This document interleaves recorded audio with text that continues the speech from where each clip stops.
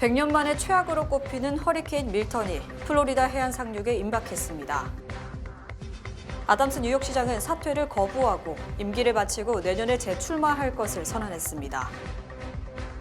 트럼프 전 대통령이 뉴욕 메디슨 스퀘어 가든에서 대규모 유세에 나섭니다. NYPD는 8일 브루클린 가정집에 대마초 재배를 적발했습니다. 이상으로 주요 뉴스 전해드렸습니다.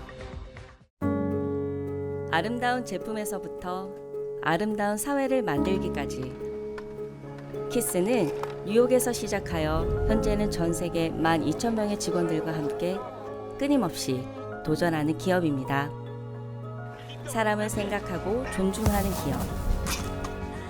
키스는 한인들이 사회의 주인공이 될 수 있도록 든든한 버팀목이 되겠습니다. 글로벌 뷰티 기업 키스. 뉴뱅크와 함께 꿈의 집을 마련하세요. 빠른 승인, 맞춤형 서비스, 전문가 상담, 지역 전문성, 경쟁력 있는 이자율. 뉴뱅크가 주택 소유를 쉽고 간단하게 모든 단계에서 도움을 드립니다. 지금 바로 가까운 뉴뱅크 지점을 방문해서 홈모기지 대출 상품에 대해 문의하세요. 뉴뱅크 제공입니다. 시청자 여러분 안녕하십니까? 10월 9일 수요일 TKC 뉴스데스크 첫 소식입니다. 100년 만에 최악의 허리케인 밀턴이 플로리다 서부 해안 상륙에 임박했습니다. 멕시코만에서 발생한 카테고리 4 허리케인 밀턴은 따뜻한 바닷물의 영향으로 급격히 규모를 키워 현재 속도라면 9일 밤에서 10일 오전 플로리다주 템파에 상륙할 것으로 관측됩니다. 미 국립기상청은 밀턴이 지금 같은 등급과 진로를 유지한다면 지난 100년 동안 템파를 강타한 가장 강력한 허리케인이며 최대 높이 5m의 해일이 덮칠 수 있다고 경고했습니다. 지난달 26일부터 남동부를 강타했던 4등급 허리케인 헐린의 피해가 복구되기도 전 더 강력한 허리케인이 상륙하는 겁니다. 헐린으로 인한 사망자는 약 230명에 달했습니다. 당국은 플로리다주의 11개 도시에 의무 대피 명령을 내렸습니다. 집에 머물러야 하는 경우엔 필수적으로 울타리를 설치하고 어떤 경우에도 구조를 위해 위험을 감수하지 말 것을 경고했습니다. 또한 당국은 오늘 이후엔 밀턴이 동반한 폭풍으로 수천 대의 대피 차량들이 플로리다 고속도로에 발이 묶일 것으로 예상되니 폭풍이 쏟아지기 전 오늘까지 꼭 대피하라고 당부했습니다. 현재 뉴욕 JFK 공항은 허리케인 밀턴의 피해 대피한 인파로 인해 붐비는 상황입니다. 한편 바이든 대통령은 허리케인 밀턴에 대비하기 위해 독일, 앙골라 순방 계획을 연기했습니다. 지난달 말 에릭 아담스 뉴욕시장이 뇌물수수 혐의로 기소된 데 이어 어제 그의 측근 중 첫 기소자가 나왔습니다. 그럼에도 아담스 시장은 사퇴를 거부했는데요. 그는 임기를 완수하고 내년 선거에 재출마할 것이라고 발표했습니다. 아담스 뉴욕시장은 어제 뉴욕시청에서 있은 주간 브리핑에서 나는 임기를 마치고 다음 선거에 재출마할 것이라고 선언하고 뇌물수수 사건은 현재 수사가 진행 중이며 검찰의 일방적 발표만 믿지 말고 양측의 주장을 모두 살펴봐 달라고 당부했습니다. 아담스 뉴욕시장은 많은 사람들이 일방적인 주장만 믿고 있고 특히 일부 주장은 사실이 아니라 창작된 것이다. 이제 내 변호사가 양측의 입장을 골고루 보여줄 것이라고 주장했습니다. 아담스 뉴욕시장은 현재 부시장들과 시경국장, 최측근 참모 등 10명 정도가 사임했지만 이 직책을 맡겨달라는 사람들의 전화가 줄을 잇고 있다며 시정 마비서를 일축했습니다. 아담스 뉴욕시장은 뉴욕시 공무원이 3만 명이 넘으며 어떤 사람은 다른 일을 하고 싶어서 떠나고 어떤 사람은 자신이 적합하지 않다고 생각할 수 있다. 하지만 정부를 떠난 고위직은 10명에 불과하다고 주장했습니다. 아담스 뉴욕시장은 공직을 맡는 것은 정말 힘들다. 어떤 공직자들은 자신들이 마땅히 받아야 할 존경을 받지 못한다고 말했습니다. 한편 어제 아침 연방검찰은 아담스 뉴욕시장의 뇌물수수 사건 수사를 방해한 혐의로 아담스 시장의 참모 모하메드 바이를 전격 기소했습니다. 바이는 아담스 사건과 관련 아담스 외에 처음으로 기소된 인물로 시그널이라는 SNS를 이용해 아담스 시장과 비밀 채팅을 하고 수사를 방해한 혐의를 받고 있습니다.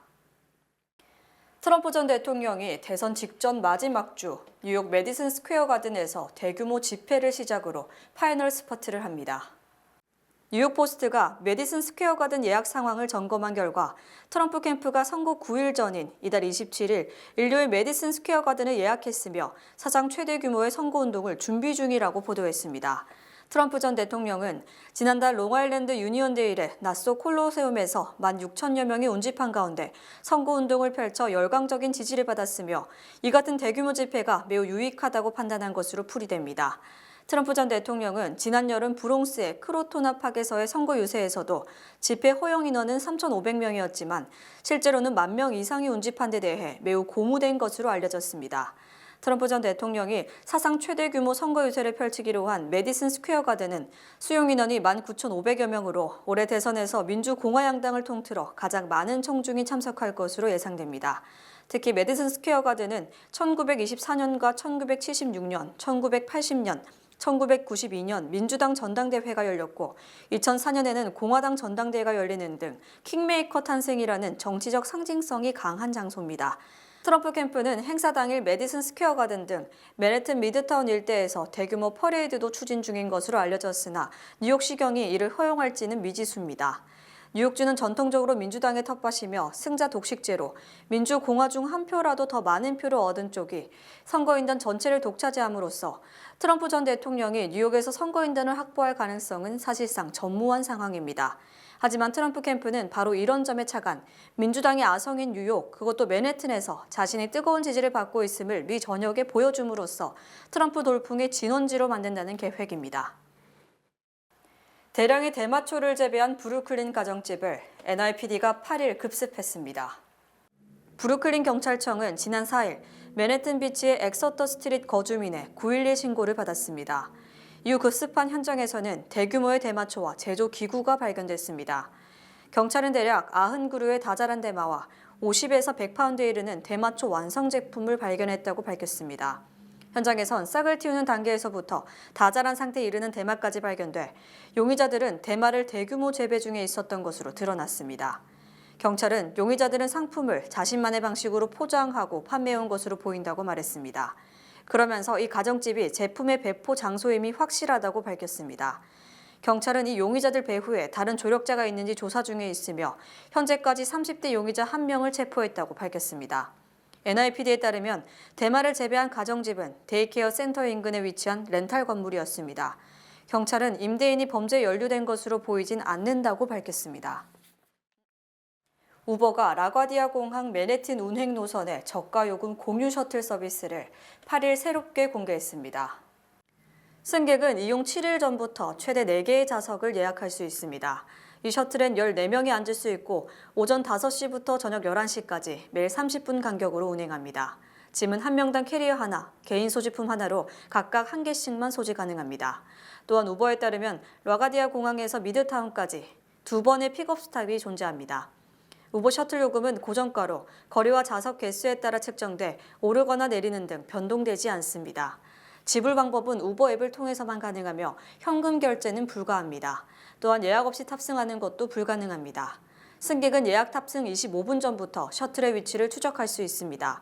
셔틀 운전사는 최대 2분까지 기다린다고 밝혔습니다. 우편물 배송이 폭주하는 연말이 다가오는 가운데 연방 우정국이 크리스마스 날까지 배달될 수 있는 발송 권장 날짜를 발표했습니다. USPS에 따르면 미국 내로 크리스마스 이전에 발송을 완료하기 위해서 그라운드 어드밴티지 서비스를 이용하는 고객은 12월 18일 발송해야 합니다. 퍼스트 클래스 메일 서비스도 18일, 프라이어티 메일은 19일, 프라이어티 메일 익스프레스는 21일입니다. 알래스카 또는 하와이로 배달을 원하는 경우 USPS 그라운드 어드밴티지 서비스는 16일, 퍼스트 클래스 메일은 18일, 프라이어티 메일은 19일, 프라이어티 메일 익스프레스는 20일로 앞당겨집니다. USPS는 일반적인 연휴 기간 배송 상황을 비추어 볼 때 제시한 날짜에 맞추는 것이 크리스마스 이전에 도착할 가능성이 높다는 의미라고 설명했습니다. 이어 연중 가장 바쁜 시기인 만큼 마지막 날까지 주문을 미루지 말고 서두르라고 권고했습니다. 미국 대선이 한 달도 채 남지 않은 가운데 트럼프 전 대통령에 비해 인지도 면에서 열세인 해리스 부통령이 각종 방송에 겹치기 출연을 하며 인지도를 높이는 데 집중하고 있습니다. 해리스 부통령은 어제 낮 ABC 방송 토크쇼 더뷰에 출연해 생방송으로 인터뷰에 응했습니다. 1997년 시작된 이 프로그램은 모든 진행자가 여성인 것이 특징이어서 더욱 눈길을 끌었습니다. 해리스 부통령은 이 프로그램에서 바이든 행정부가 공화당 거주 지역에 대한 허리케인 복구 지원을 외면하고 있다는 트럼프의 발언은 무책임과 냉담의 극치라고 비판했습니다. 해리스 부통령은 내가 조지아와 노스캐롤라이나 등 허리케인 헐린이 강타한 지역을 방문했으며 트럼프는 모든 것을 잃은 사람들을 대상으로 자신의 이익을 위해서 정치적 개임을 하고 있다. 트럼프는 다른 사람보다 자기 자신을 먼저 생각하는 사람이라고 주장했습니다. 해리스 부통령은 사람들은 거짓말과 이기심, 우리를 분열시키려는 시도에 지쳤다.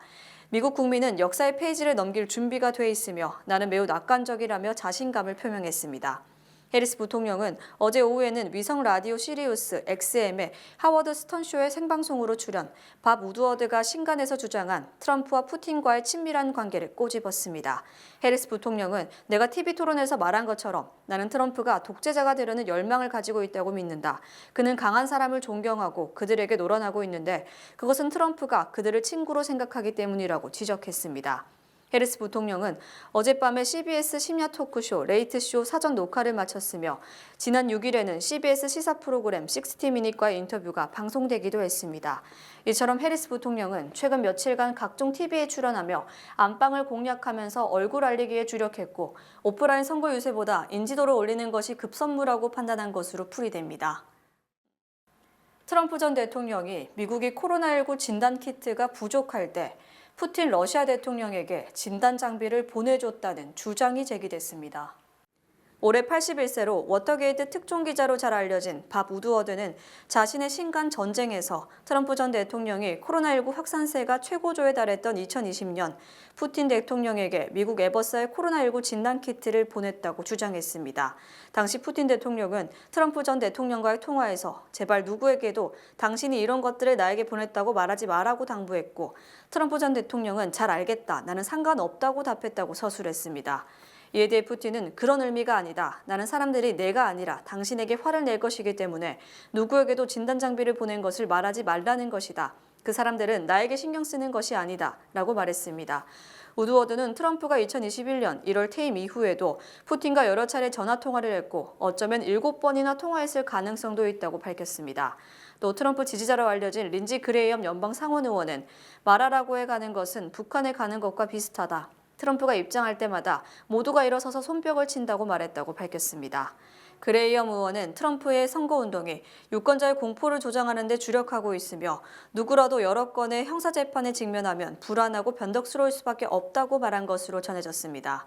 이에 대해 트럼프 대선 캠프는 밥 우드워드의 책 내용은 사실이 아니며 모두가 우드워드가 지어낸 이야기라고 비판했습니다. 2024 회계년도 연방재정 적자가 1조 8,300억 달러에 달할 것으로 추정됐습니다. 의회 예산국은 정부 프로그램 지출 및 부채에 대한 이자 지급 증가 등으로 재정 적자가 전 회계년도보다 늘어났을 것으로 예상했습니다. 의회 예산국은 2024 회계년도 연방정부 수입은 4조 8,200억 달러인 반면 지출은 6조 7,500억 달러로 올 회계년도 적자가 1조 8,300억 달러에 달할 것으로 예상했습니다. 특히 정부 지출이 10% 정도 늘었고 고금리의 여파로 부채에 대한 이자 비용이 9,400억 달러로 전년보다 무려 34% 증가했습니다. 이는 국방부 1년 예산보다 많은 겁니다. 즉 세계 최대의 채무자인 미국 정부가 연준 금리 인상의 직격탄을 맞은 겁니다. 회계연도별 재정적자는 코로나19 당시인 2020년 3조 1,300억 달러, 2021년 2조 7,700억 달러를 각각 기록한 뒤 2022년 1조 3,700억 달러로 급감했습니다. 하지만 2023년 1조 6,900억 달러로 늘어난 데 이어 올해 이보다 약 1,400억 달러가 더 증가하는 등 다시 적자 규모가 커지고 있습니다. 이처럼 정부 재정 적자가 늘어남에 따라 현재 국가 부채도 35조 7천억 달러를 기록했고 더 증가할 것으로 전망됩니다. 이에 대해 의회 예산국은 다행히 재정 적자는 기존 예상보다 줄어들었다. 하지만 여전히 우려할 만한 수준이라고 경고했습니다. 미국의 지난 8월 무역 수지 적자가 수출 증가 및 수입 감소에 힘입어 전월보다 10% 정도 감소한 것으로 집계됐습니다. 연방상무부는 지난 8월 미국 수출이 2,718억 달러인 반면 수입은 3,422억 달러로 704억 달러 적자를 기록했다고 발표했습니다.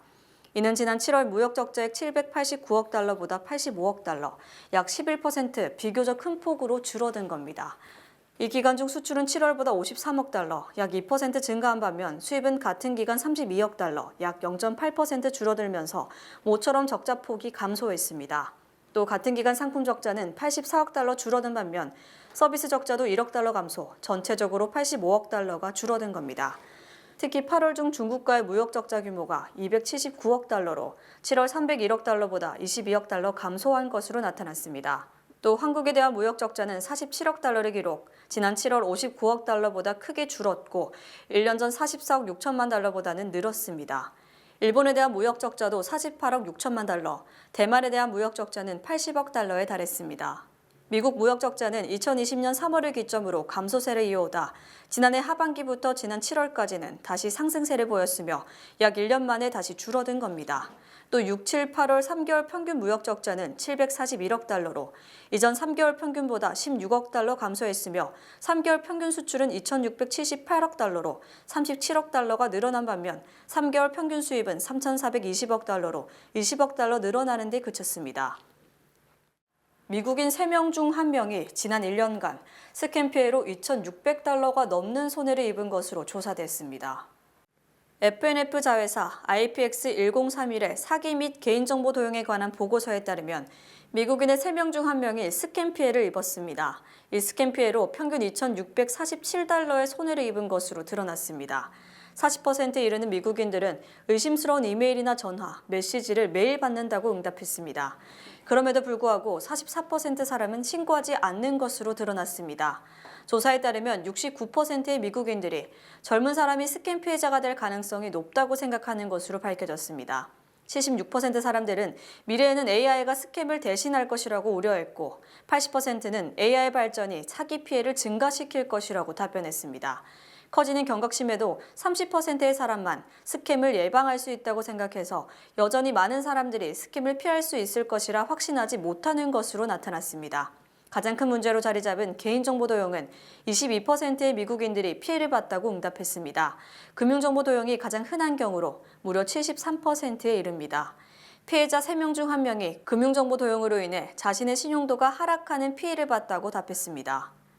미주 최대 한인은행에서 이제 아시아계를 대표하는 은행으로 도약하는 희망을 설계하는 전문가들의 은행 Bankers, Experts, Neighbors 뱅크 오브 호프가 지원합니다. 주요 단신 전해드립니다. 부동산 전문 업체 리얼터닷컴에 따르면 제품 가격은 유지하되 용량을 줄이는 슈링크플레이션 현상이 주택시장에도 불어닥치고 있습니다. 여행자들은 곧 구글 월렛에 미국 여권을 저장할 수 있게 됩니다. 여권의 디지털화로 공항에서의 시간과 스트레스를 줄일 수 있을 것으로 기대됩니다. 올해 노벨 물리학상은 머신러닝 개발에 공로한 AI의 대부, 존 호필드 미국 프린스턴대 교수와 제프리 힌턴 캐나다 토론토대 교수가 수상했습니다. 지금까지 전통적인 물리학 이외에 첨단 정보기술과 관련해 노벨 물리학상을 받은 것은 처음입니다. 뉴욕 증시가 8일 하락 하루 만에 반등에 성공했습니다. S&P 500 지수는 5,751.13으로 지난 4일 기록한 사상 최고치 5,751.07을 웃돌면서 이 거래일 만에 사상 최고치를 기록했습니다. 캘리포니아주 샌프란시스코 연방법원이 8일 구글에 대해 안드로이드 이용자들에게 앱 내 다운로드 방법과 앱 내 결제 방식에 대해 더 많은 선택권을 제공하라고 명령했습니다. 연방대법원은 승차 공유 서비스 회사와 운전자들 간에 주정부가 개입할 수 있다며 우버와 리프트사가 제기한 항소 요청을 기각했습니다. 아시아나항공이 내년 1월 2일부터 국제선 초과 수화물 요금을 인상한다고 6일 밝혔습니다. 개수에 따른 초과 요금은 노선별로 만원에서 4만원까지 오를 예정입니다. 뉴욕주 감사원이 발표한 보고서에 따르면 2022-2023학년도 뉴욕주 공립교 만성 결석률이 29.1%로 전국 40개 주 중 14번째로 높은 것으로 나타났습니다. 뉴욕시 공립고등학교 만성 결석률은 43.1%로 전년 대비 9.3% 증가한 수치입니다. 인종별로는 아시안이 가장 낮고 흑인이 가장 높았습니다. 날씨 전해드립니다. 목요일인 내일은 대체로 맑겠습니다. 낮 최고 기온은 61도, 최저 기온은 47도로 많이 쌀쌀하겠습니다. 해 뜨는 시간은 7시 3분, 해 지는 시간은 6시 22분입니다. 이상으로 주간 날씨와 세계 날씨 전해드립니다.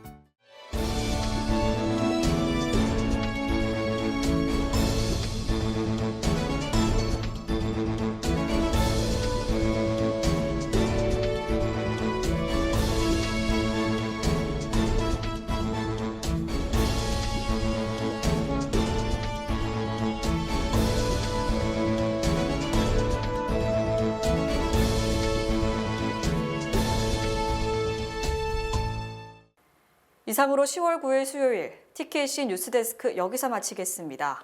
시청해주신 여러분 고맙습니다.